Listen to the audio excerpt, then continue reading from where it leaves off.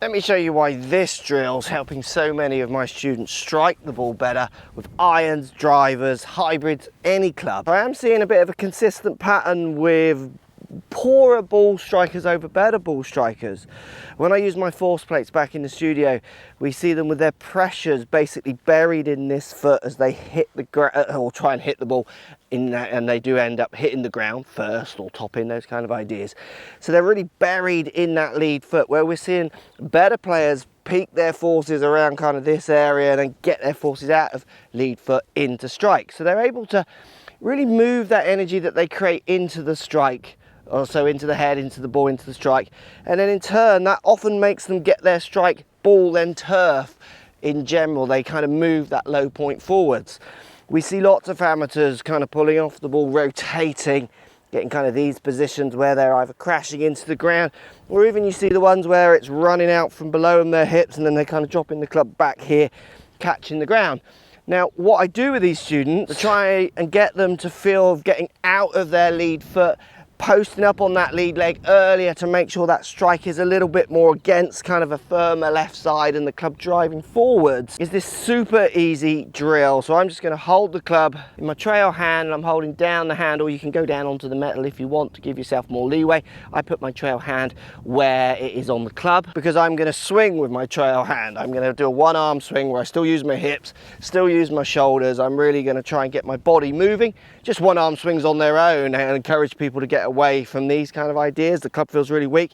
They have to use their bigger muscles. So it's a great start, because to get out of your verticals as you hit the ball, so push out of that ground, you have to kind of move into that ground earlier as well. You have to load the early part to get out earlier on the way down, which even the one-handed drill does on its own. But if you do the one-handed drill, normal stance, I'm just away from my ball here, lead hand up in the air, up parallel to the ground. You're going to do a backswing where you feel like your hips move, shoulders move. I even try and get my knee to go towards my lead hand to get the feeling of getting my hips and body moving a little bit more energetically. And then the downswing, what I'm going to do is I'm going to pull this hand back fast this way, which will allow me to A, feel some pressure onto this foot, not too much so I hit myself. B, I don't want to be going this way, which we see people doing, because that's just going to feel like I'm just going to swing down and left.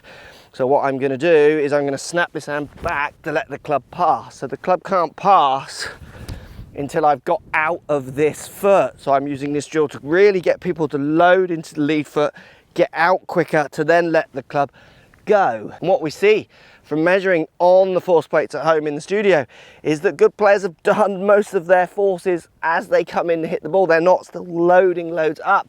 They're getting them out, ready to apply those forces to the ball, and it absolutely crisps up their strike. The benefit of this drill is you can do it at home. You don't need a ball, just practicing trying to get that arm to allow the club to pass. It's like a gate. You open the gate to let the hand or the club pass. You don't need to snap your foot back like I'm doing. That's just a reaction to me loading this up and the ground pushing back.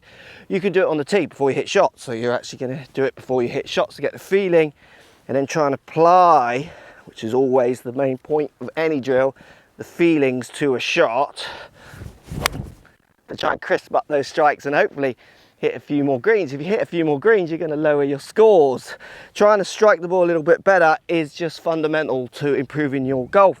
Trying to improve your strike by getting more handle lean is another way of improving your golf, and I've got a video here that explains that in the full, which has helped loads of people just push their strikes on with fairways and irons loads.